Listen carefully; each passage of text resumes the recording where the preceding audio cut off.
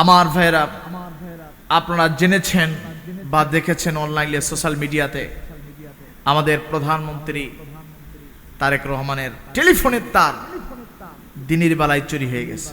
আহা, এমন এমন একটা দেশে বসবাস করছি যে দেশের কোনো নিরাপদ নেই। সংসদ ভবনেও চুরি হয়, সংসদ ভবনে চুরি হয়। বিচার কারে জানাবেন? যেখানে পুরো বাংলার জমিনের সকল বিষয় যেখানে আলোচনা হয় সেই জায়গা থেকে চুরি হয়।